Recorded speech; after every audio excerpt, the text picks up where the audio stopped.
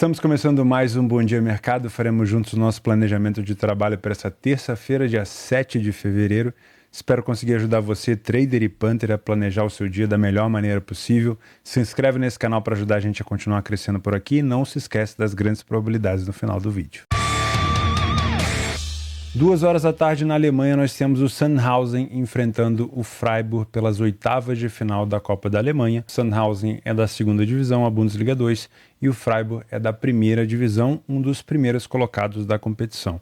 O Freiburg também é o atual vice-campeão. Ele chegou na final contra o Leipzig, empatou 1-1 e acabou perdendo nos pênaltis por 4-2. Então é uma equipe, sim, muito forte. Eu posso até afirmar que o Freiburg não está vivendo os seus melhores dias comparado ao que o Freiburg vinha apresentando no final da temporada passada. Mas mesmo assim, ainda é uma equipe muito forte, muito poderosa. Na minha humilde opinião, são duas prateleiras completamente diferentes. O Sandhausen, se classificar aqui, seria uma zebra. O Sandhausen é uma equipe que hoje luta para continuar na segunda divisão e o Freiburg hoje luta por vaga na Liga dos Campeões, tá? Então são equipes de prateleiras diferentes. O que a gente precisa entender é se o Freiburg vai levar essa competição, obviamente, a sério, como eu imagino que vai, e se o Sandhausen também vai levá-la a sério. Vamos utilizar o PDF de apoio para a gente se aprofundar um pouquinho, lembrando que eu vou tratar de confrontos da segunda divisão, quando eu estiver falando de Sandhausen, e vou tratar de confrontos da primeira divisão do Freiburg. O Sandhausen saiu na frente em 40% dentro de casa, falhou pouco em marcar e ficou 33% dos jogos sem sofrer gol. O Freiburg não é uma equipe que sai tanto na frente, na Bundesliga 1, falhou em marcar também relativamente bastante para um time desse calibre fora de casa, mas ficou 40% dos jogos sem sofrer gol. Uma das dificuldades do Freiburg nessa temporada tem sido a quantidade de gols fora de casa que a equipe tem sofrido. Isso vem complicando bastante a questão de posição da equipe, principalmente as grandes goleadas que vem sofrendo. Sofreu algumas goleadas nos últimos jogos, vou pegar aqui para lembrar para vocês, ó.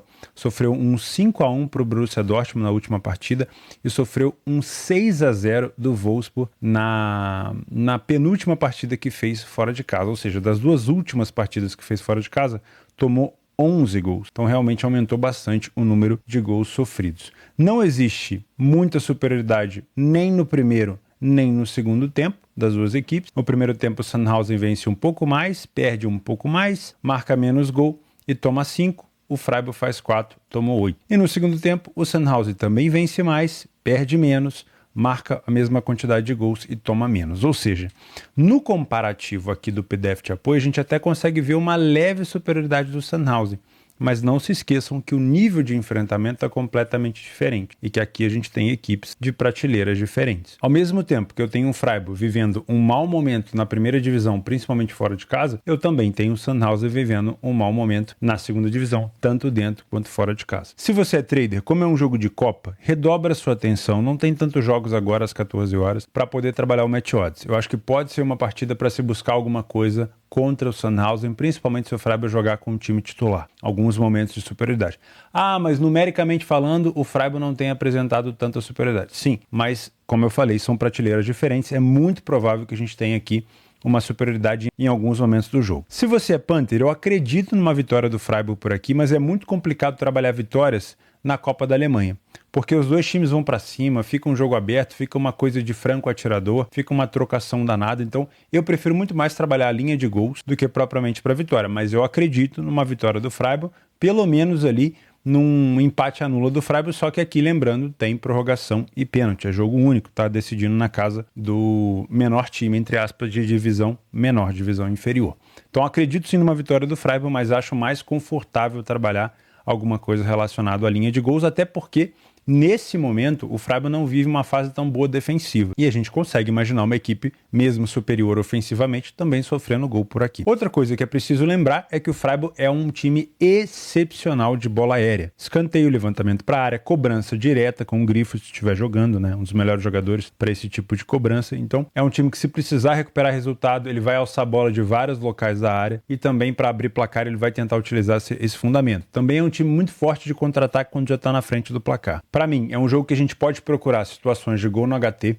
Acho que as duas equipes podem começar muito forte por aqui para tentar decidir logo o jogo. Então, gol no HT pode ser interessante. Também gosto nos 90 minutos de explorar pelo menos 2 gols, mas não vou me assustar se for um jogo para mais do que 2 gols. Tivemos o over 2,5 nas últimas 4 do Sandhausen e o over 1,5 nas últimas 10 das 10 do Freiburg. Inclusive, ambas marcam sim nas últimas 7, então é uma equipe que tem sofrido gol com frequência. Então, apesar de acreditar num Freiburg se classificando para as quartas de final, podendo chegar novamente a uma fase final da competição, prefiro me atentar ao momento ruim defensivo que a equipe está vivendo e trabalhar mais algo a favor de gols. Às 15 horas em Israel nós temos mais um jogo do Hapoel Beersheva que vem comendo pelas beiradas, viu? Enquanto o Tel Aviv vem vacilando e não conseguindo se aproximar do Haifa, o Beersheva já soma o mesmo número de pontos e vai chegando para tentar disputar essa liderança com o Maccabi Haifa e o Tel Aviv, tá? Inclusive, a gente tem o Beersheva fora de casa e o Beersheva é o melhor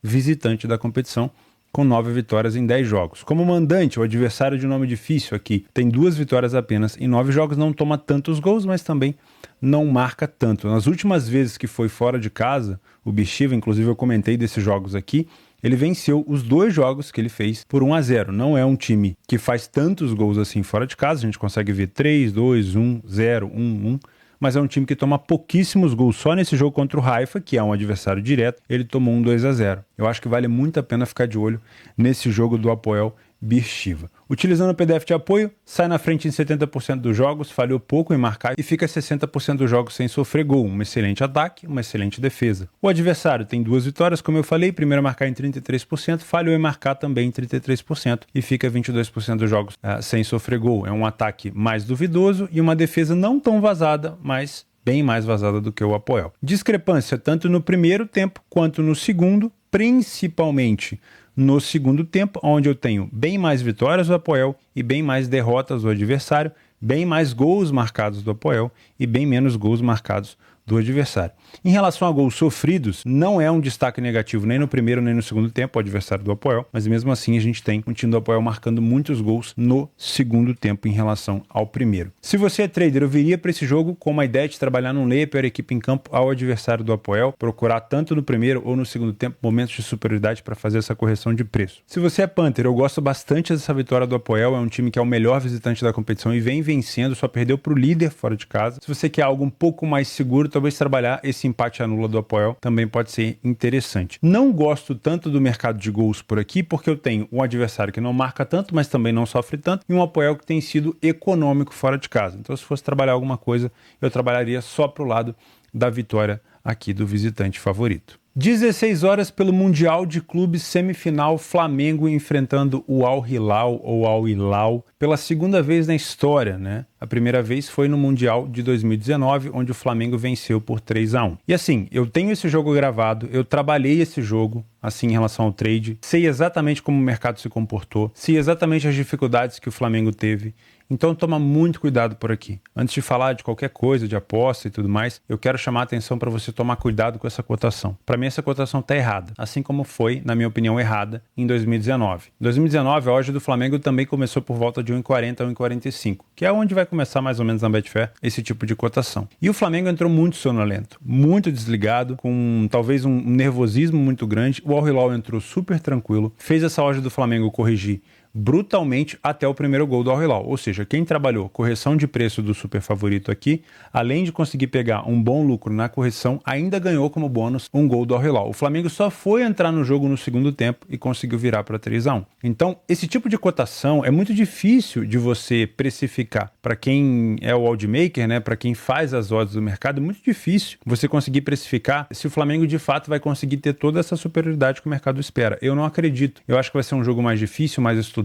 Por mais que o Al Hilal tenha se desgastado um pouco mais nas quartas de final contra o Wydad Casablanca, tenha perdido o Cano, que era um meio-campista, que é se eu não me engano é volante ou meio-campista, que é um dos principais jogadores da equipe. Mesmo assim, eu acredito que o Flamengo pode entrar nervoso, pode entrar com mais dificuldade, e essa odd 1,36 ela é uma odd muito difícil de se confirmar. Provável que o Flamengo tenha alguma correção ou pré-jogo ou no início do jogo para chegar numa odd um pouco mais justa. E quanto mais nervoso entrar o Flamengo, mais complicado vai ser esse preço. Isso aqui falando como trader, como uma possibilidade que você tem de correção de preço. Então eu não tenho estatísticas desse jogo, a gente só teve um enfrentamento. A gente sabe que o Al Hilal é o segundo e terceiro colocado da Arábia Saudita. O Campeonato Brasileiro ainda não começou. O Flamengo está no início de trabalho com o Vitor Pereira, tem muita coisa ainda para corrigir.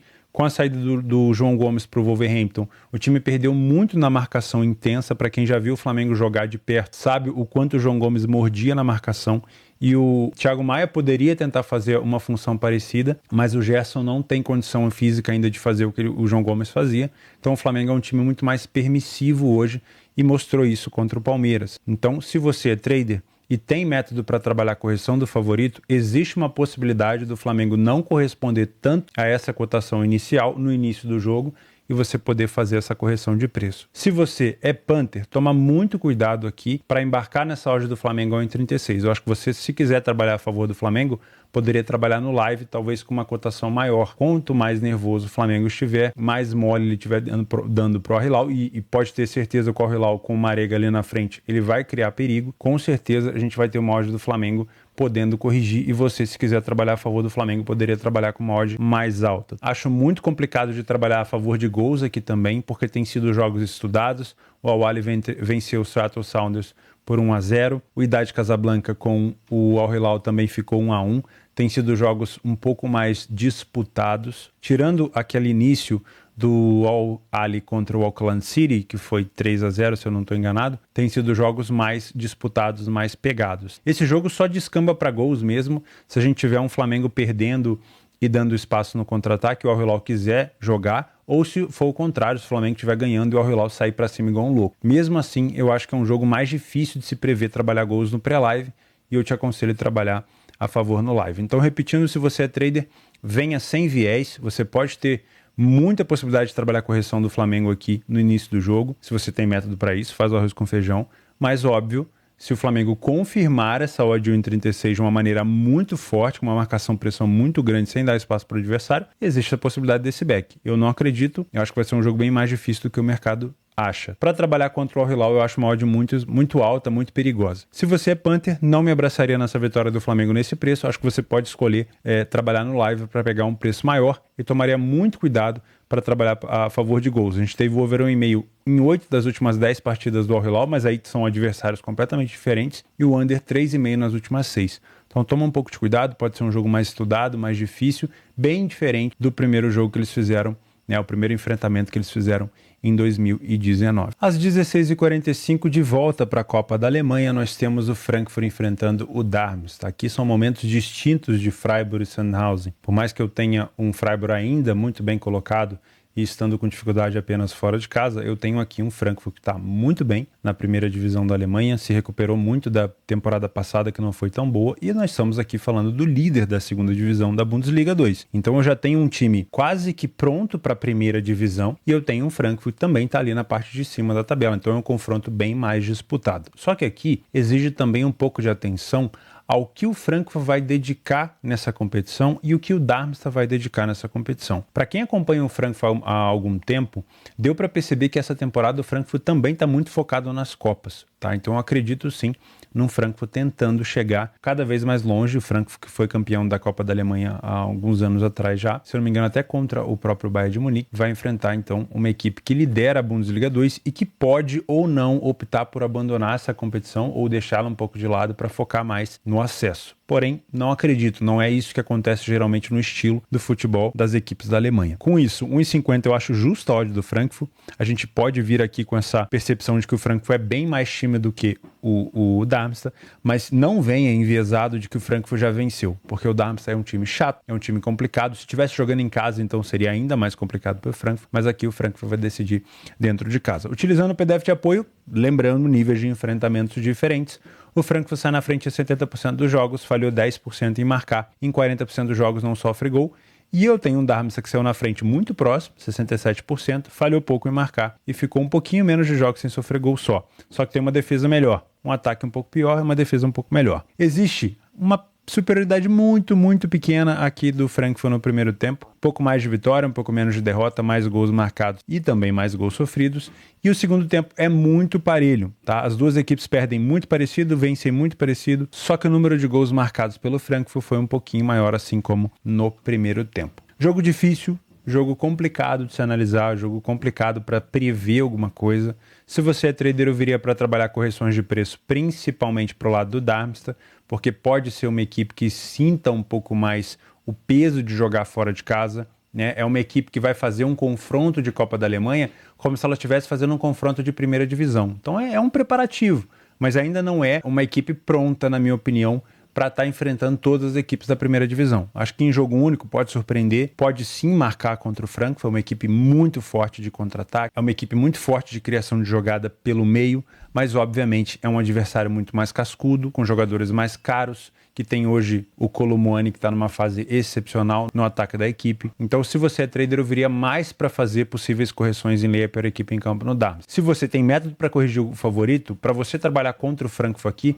você tem que ter o dobro de atenção e muito cuidado, porque a gente tem um jogo da Juventus nesse mesmo horário, porque o Frankfurt já é um time muito sorrateiro no contra-ataque. Ele é um time que pode recuar um pouco a equipe, te induzir que ele está pior em campo e pode sim utilizar o contra-ataque para poder punir o Darmstadt numa jogada de transição. Então eu já me sinto muito mais seguro em esperar momentos de superioridade do Frankfurt para estar contra o Darmstadt do que propriamente esperar que o Darmstadt seja melhor e corrigir a odd do Frankfurt. Isso no meu caso, tá? Isso é mais pessoal. Se você é Panther, eu também olharia com bem mais entusiasmo para o mercado de gols, até podendo também olhar para o mercado de HT, do que propriamente para a vitória. Eu acho o Frankfurt muito menos favorito contra o Darmstadt comparando o Freiburg contra o Sandhausen, porque o Sandhausen vive um momento ruim na segunda divisão e o Darmstadt é o líder.